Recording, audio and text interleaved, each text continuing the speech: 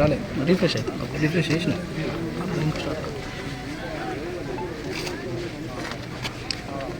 పైసలను గ్రామాలను అభివృద్ధి కోసం ఇస్తే కరెంటు బిల్లు కడుతున్నారు, వాటితోని లేబర్ జీతాలు ఇస్తున్నారు. ఇంత దుర్మార్గం అయ్యారు పరిస్థితి. గ్రామాల అభివృద్ధికి మేము పైసలు ఇస్తుంటే వాటితో కరెంటు బిల్లులు, సిబ్బంది జీతాలు దీనికోసం కాదు కదా. కాబట్టి అందుకే తెలంగాణ సమాజాన్ని అభివృద్ధి చేస్తున్నాం. రాష్ట్రం అప్పుల ఊపించి బయటికి రావాలంటే, ఎందుకంటే ఈ రెండు పార్టీలకు అవకాశం ఇస్తే 10 లక్షల కోట్లు అప్పు అయిపోయింది. ఇంకా ఈ పార్టీలకు అవకాశం ఇస్తే ఈ 10 లక్షలు 20 లక్షలు అవుతుంది. లాస్ట్కు ఇలా తెలంగాణ సమాజం నుంచి ఒక్కొక్క ఇంటి నుంచి ఇంత అమౌంట్ మాకు ఇవ్వండి అప్పులు తీర్చడానికని అడుక్కునే పరిస్థితి వచ్చింది. వాళ్ళు అనుకుంటారు, చివరికి మనం అనుకునే పరిస్థితి వచ్చింది. మా శ్రీలంకలో కిడ్నీ అయింది, అప్పుడు మొత్తం ఆగమైంది. పాకిస్తాన్లో తిండి గది లేకుండా అయిపోయింది పరిస్థితి. ఇప్పుడు తెలంగాణ రాష్ట్రం కూడా గదే పరిస్థితి అయ్యే ప్రమాదం. రాష్ట్ర ఆర్థికం అంటే ఆ 10 లక్షల కోట్ల అప్పులు ఉన్నాయని చెప్పంటే తెలంగాణ రాష్ట్రాన్ని కాపాడేది ఎవరు? ఈ రెండు పార్టీలకు అవకాశం ఇచ్చారు. మళ్ళీ చెప్తాను, రెండు పార్టీలకు అవకాశం ఇచ్చారు. అప్పులు, అవినీతి, అక్రమాలు తప్ప ఏమైనా చేసిండ్రా? కింది స్థాయి నుంచి గ్రౌండ్ లెవెల్ నుంచి కష్టపడి నీతిగా, నిజాయితీగా, నిబద్ధతతో, కమిట్మెంట్తో వచ్చిన నాయకులను సమాజం ఆదరిస్తుంది తప్పని. రేవంత్ రెడ్డి గారు చరిత్ర వచ్చి ఫైటర్గా వచ్చిండు, ఇబ్బంది లేదు. కేసీఆర్ గారు కూడా ఉద్యమకారుడు, మేము వ్యతిరేకించాం. మరి వ్యక్తిగతంగా రాజకీయంగా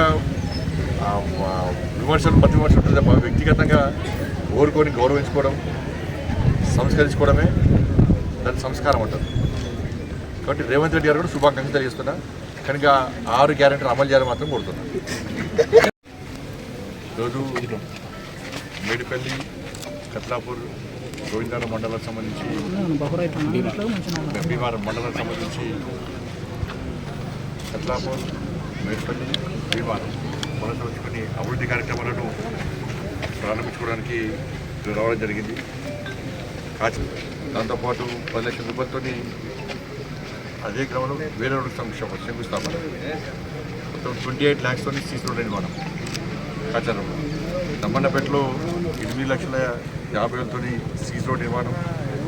దేశాబాయిలో 9 లక్షలతో బస్టాండ్ నిర్మాణం, 36 లక్షలతో సీసీ రోడ్ నిర్మాణం.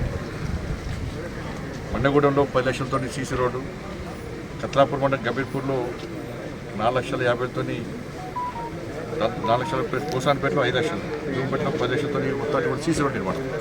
4,50,000 గంభీర్పూర్లో, కోసాన్పేటలో 5 లక్షలు, జూంపేటలో 10 లక్షల రూపాయలతో సీసీ రోడ్ నిర్మాణం కూడా చెప్పడం జరిగింది. అంటే ఇలా నేను పార్లమెంట్ సభ్యులు గెలిచిన తర్వాత ఈ పార్లమెంటు నియోజకవర్గంలో ఇప్పుడు దాదాపు 20,000 కోట్ల రూపాయలకు పైగా నిధులను అభివృద్ధి కార్యక్రమం కోసం తీసుకురావడం జరిగింది. సంఖ్య మొత్తం తీసుకురావడం జరిగింది. ఏ దేశమైనా, ఏ రాష్ట్రమైనా, ఏ మండలమైనా అభివృద్ధి చేయాలంటే రవాణా సౌకర్యం ముఖ్యం, రోడ్లు ముఖ్యం.